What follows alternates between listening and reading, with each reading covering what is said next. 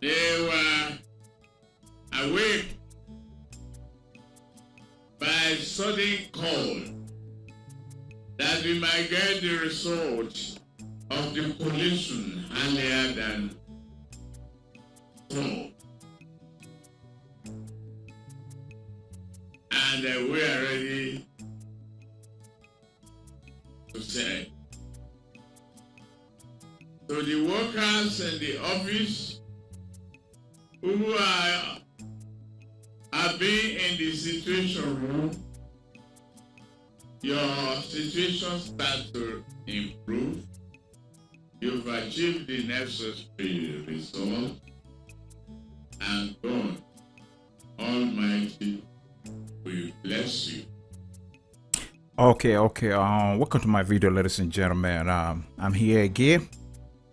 I have been busy until there is something like this actually transpire. I would not actually come here to do anything. So, but I'm prompted or obliged to come out again to say something. My last video, I guess, was I don't know if I can remember, but I know I talked about the NSAS movement.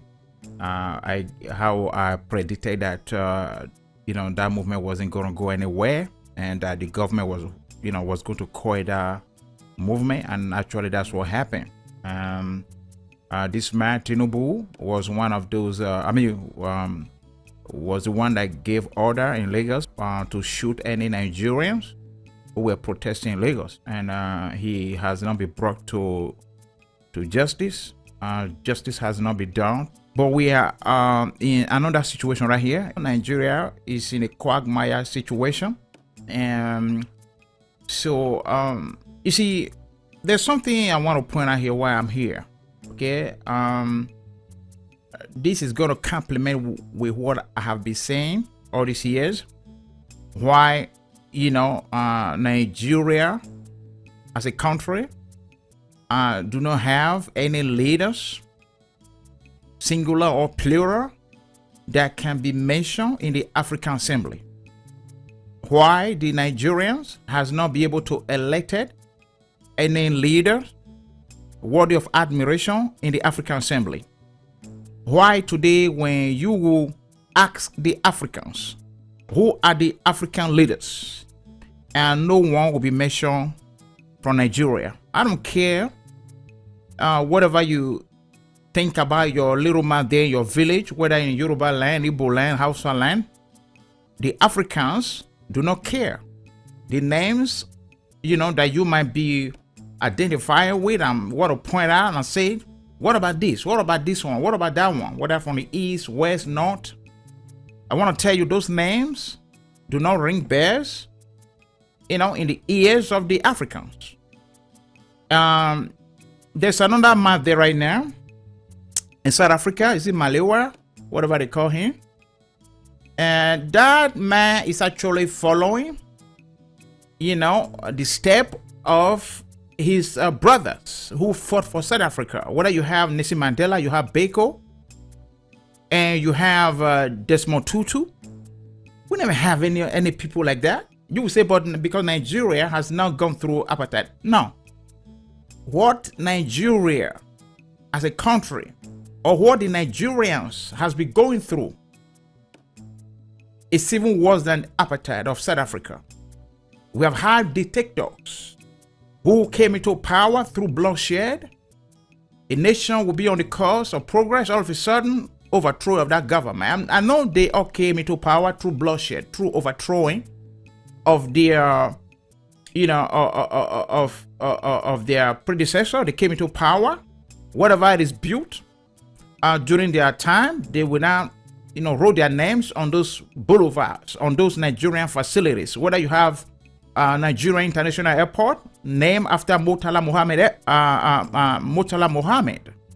So if you go to Abuja, you're gonna see everywhere full of Babangida Street, Boulevard, Sani Abacha, Gowon, and Tafawa Balewa, Olusegun Obasanjo, and so on and so forth. But I want to tell you something right here. Those names do not supposed to be on those Nigerian facilities and roads and boulevards that you have in Nigeria, because nothing has been redressed. So we are pretty much in the same track. I mean, on the same track of dishonesty, corruption, lies, and manipulations, election rigging. That is what has led to this, because we have not had any Nigerians who has been ready to die for the country. So what you have is just, it is my turn. You see, when someone came out with that, I heard someone talking about, well, maybe that is the best way to be rotating this presidency, where after 4 years, another person had to take over from another tribe in Nigeria. But let me tell you, this is not gonna be Igbo man, Hausa man, Yoruba man running Nigeria. See, that is the worst thing that has ever happened to any country.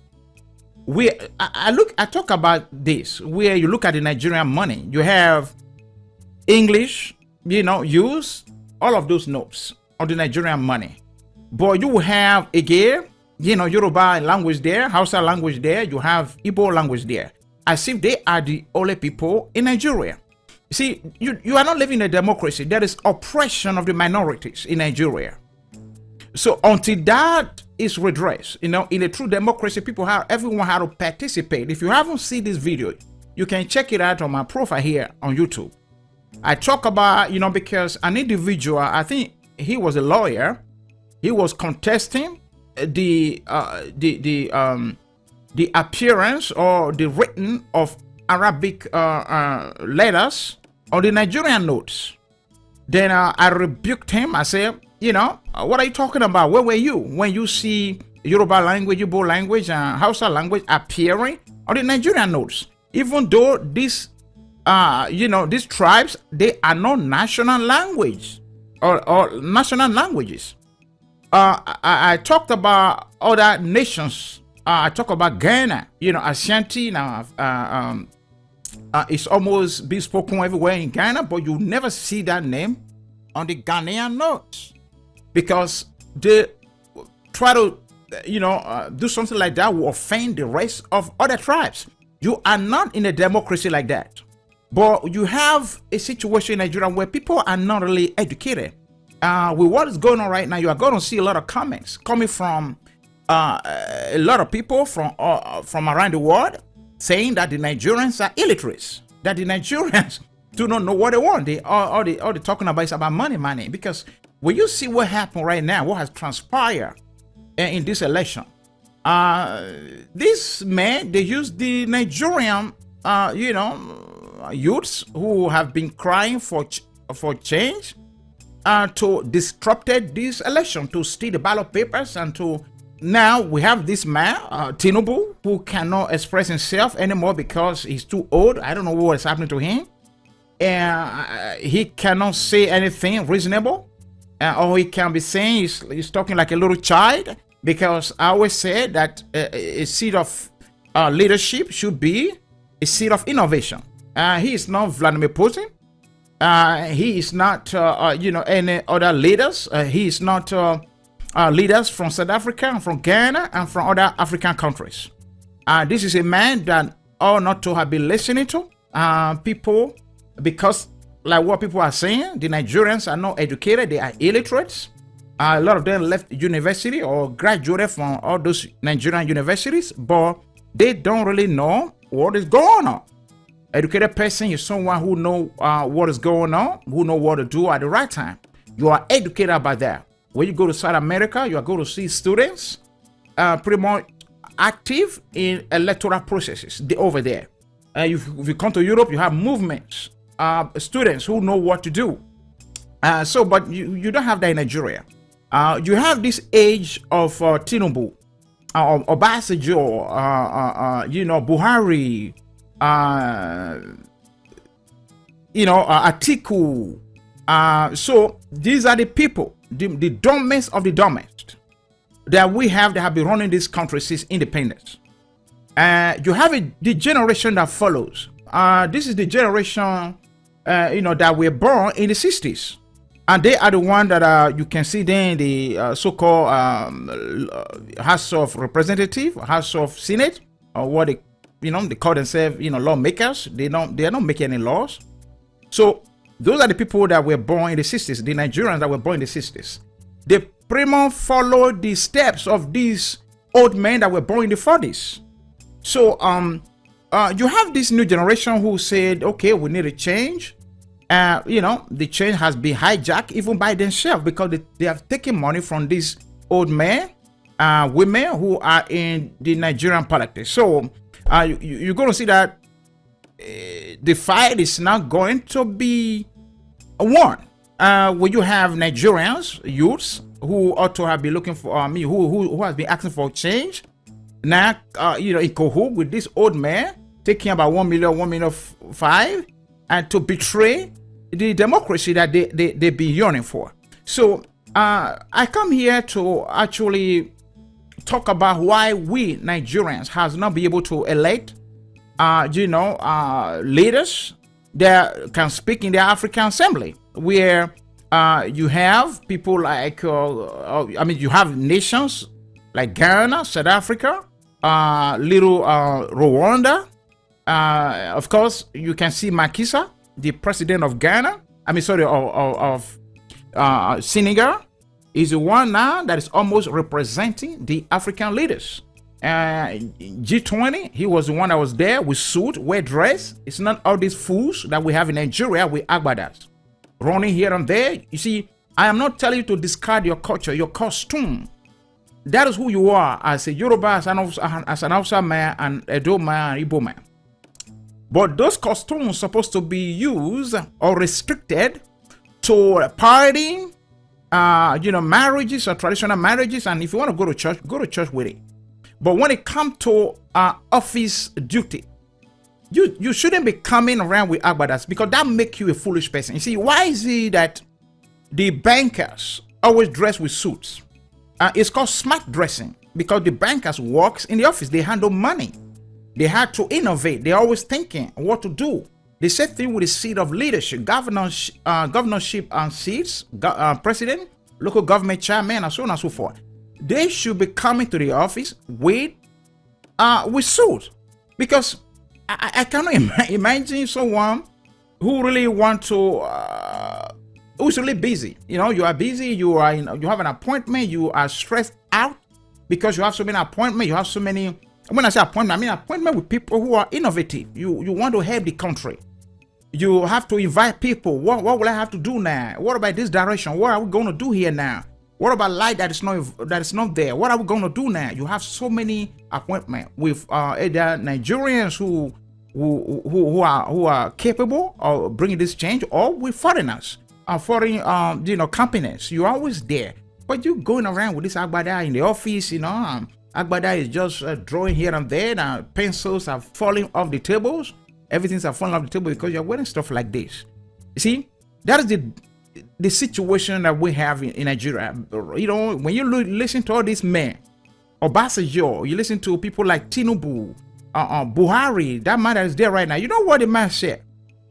He decided that it is better to print different currencies rather than to fight the corruption, because a lot of people, a lot of Nigerian politicians, lawmakers, and the ministers who happen to receive money, a lot of money, coming to their tables and their office, for project, for development. A lot of them started declaring this money missing, swallowed up by snakes, eaten up by rats and cockroaches, and everybody just says it's okay. So that is the situation that we have. Okay, so now, instead of Buhari to scrutinize these people, for this 8 years that he's been in the office, and see all these allocations, because he is the president. The president have power over the state. In Nigeria, you still never have laws where states have power on their own. You don't have true federalism. So that is why you don't have federal police and all of that. So the president have power to demand or to scrutinize all the governors that have received money from the federal government and see what they have done with the money. If anyone is not able to give account of the money given to them that kept to their tables or their office for development, then people should go to jail. They should be put away and their assets seized. But you have this fool, Buhari, a coward. For me, that is the most coward way to fight corruption. Instead of doing what I just mentioned right now, he decided that, okay, no, we have to use billions and billions of Nigerian money to print another currencies. Or, for him, that is the best way to beat these people who are stealing the Nigerian money. But that is the most foolish thing to do. That is the most coward thing to do. Because in any other countries of the world, you see armed robbers. If you are watching on this, crime channels like the FBI file on YouTube, you're going to see people busted the banks, or they cutter the money away. No trace. There's no evidence left. But these people will still be arrested after some months or years. These people will still be traced and be arrested. Then you have money that have been allocated to the governors, to the ministers of finance, minister of agriculture, or minister of this and that, and those money declare missing, declare no, they are unaccounted for. Then you have this fool, this president of Nigeria, say, okay, we better print a different money. See, because he, didn't want to offend his friends. He's a part of the system. Okay, when I see him, or I saw him try to distance himself during this campaign by Tinubu and Atiku, he tried to say, oh, you Nigerians, you can vote for whoever you like. He is deceiving you, because the Nigerians are not educated. They are illiterate, as other people said. A lot of them, I'm not saying every Nigerian. So they are not able to see the psychology here, what this man is trying to do, because he cannot distance himself from Tinubu. Tinubu said he was the one responsible for his election, so that it is his turn. So Buhari had to do something for him. And when you look at, his right-hand man, when he was the military head of state, which is Atiku, he cannot distance himself from Atiku. He's a part of the system.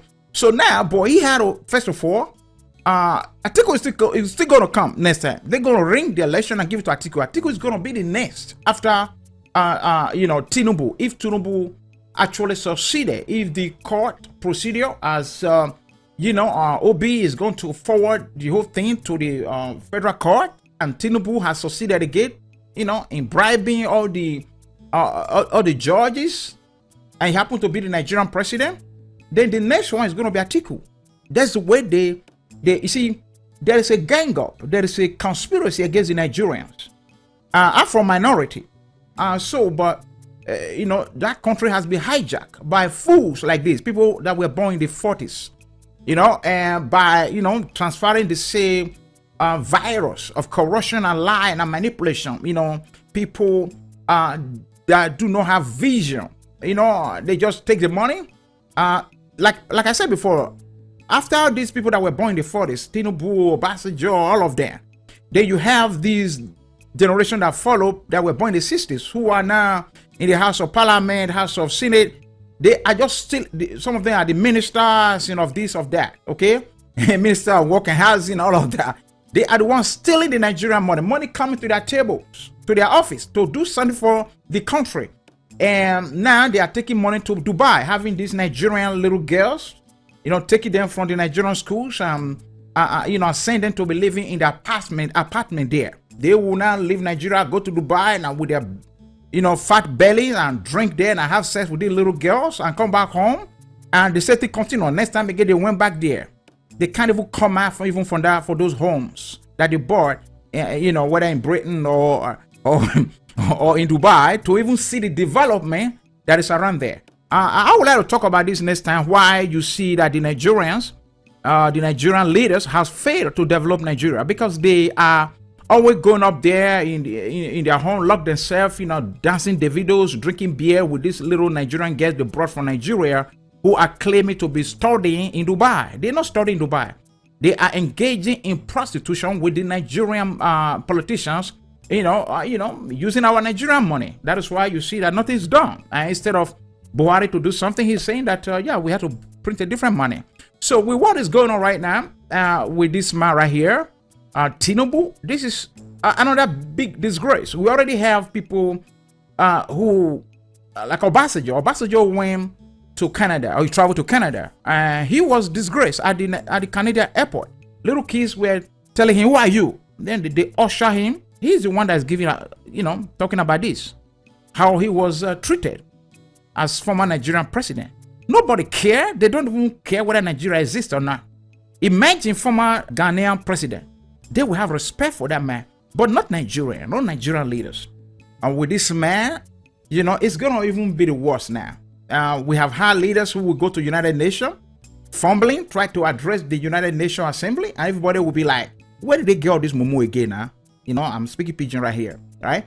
Where did every time they always elect mumu? That is why the Nigeria. Because don't tell me that this man just was able to ring this election. When he had just zero votes, I mean to say no. Because a lot of people voted for this man. If you go to Anambra, Igbo land, people voted for him there. People voted for him everywhere. In Lagos, everywhere. They voted for him. Well, I'm going to ask myself, what did he say that actually that caught the attention of these people to say, okay, I want to vote for Tinubu? Nothing. Because Nigerians are illiterate, they are not educated. When you ask them why, they say, because Obi is a poor person. This man already make his money.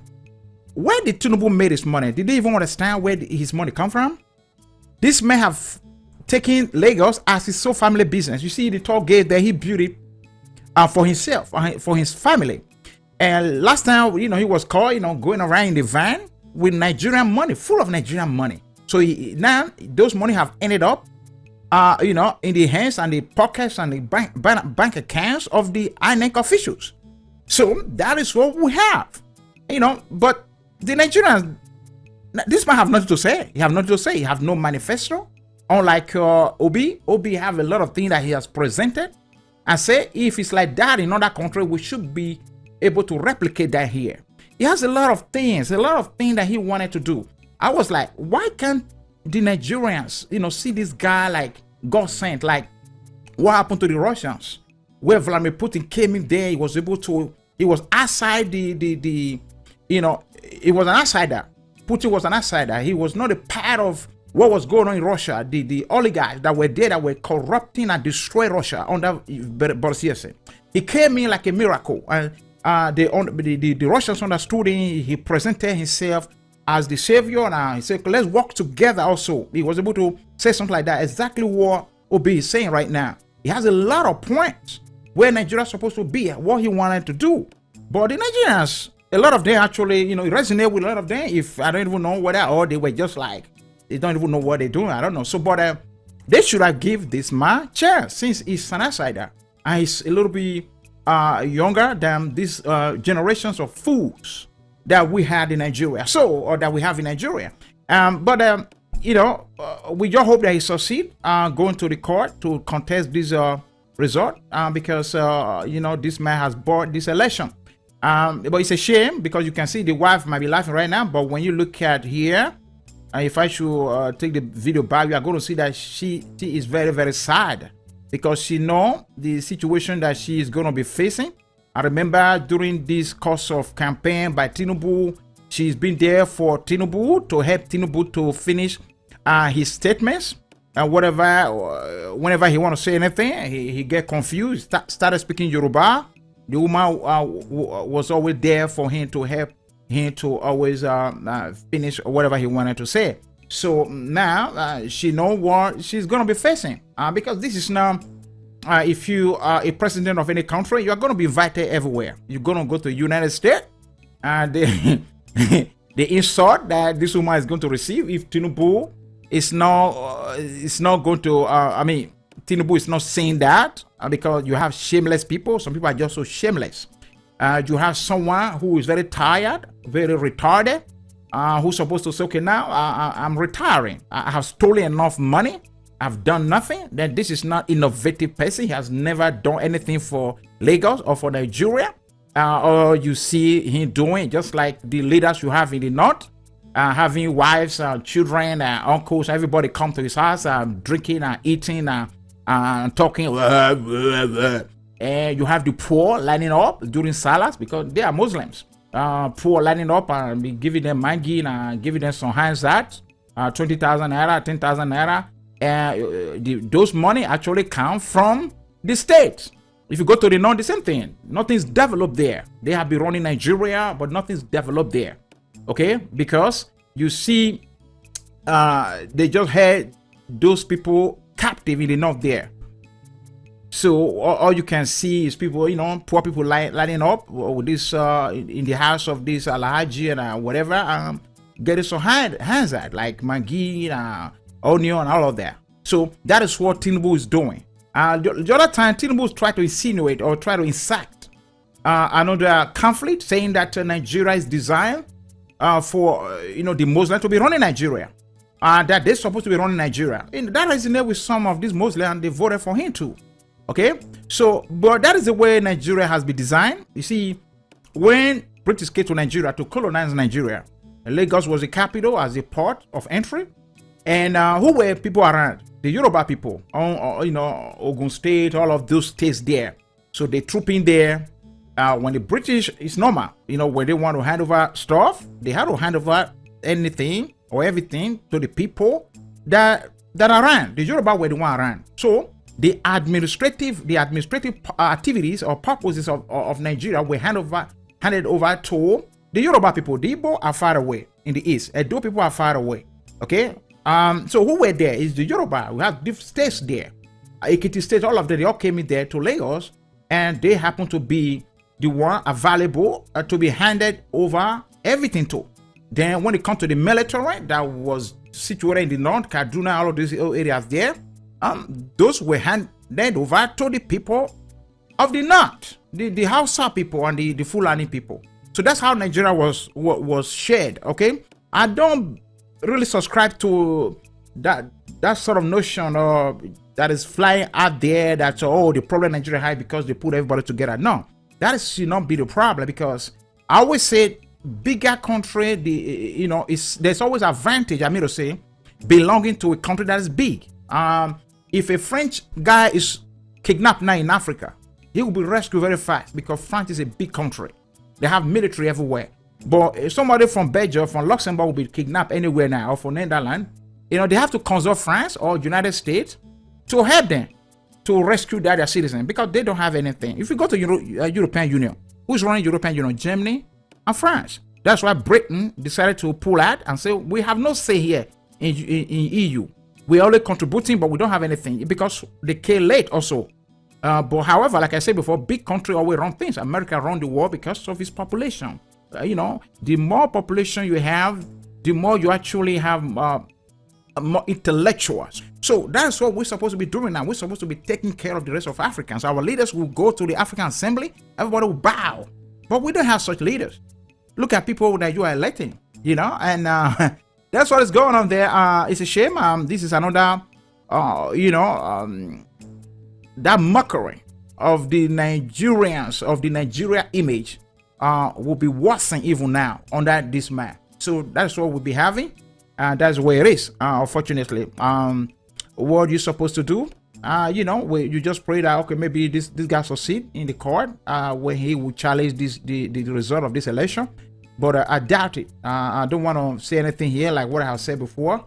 On that, during the SARS NSAS protest, when I say it wasn't going to go anywhere, that I was very sure. But in this case, I don't know if Obi will succeed or not. I cannot say anything. So yeah, fortunately, this is another Nigerian who will be going out. Everybody will be making mockery of the Nigerians. He's not different from Ambassador. Okay, he's not different from Jonathan. He's not different from Buhari. Okay, these are the leaders that will be producing. You see, then they will say dia. It's they dia. So therefore, You know, they will say, they want to say here, they will say there. They will say here. I mean to say, they want to say there, they will say there. So that is the generation that are still running Nigeria today. Unfortunately, that's where it is. But like I said before, shame on those people who voted for this man. Shame on the illiterate Nigerians. So the cycle continue. The poverty continue. The Nigerians will continue to be jumping to rivers, crossing, deserts just to leave that country. And you have a lot of Nigerians in the poorest country in the world just because they want to just run away from their country. And so that is what's going on. It's a shame. Yeah, thanks for listening. We just hope that Obi succeed. But we don't know if he's going to succeed or not. And yeah, that's the case now. Bye bye now.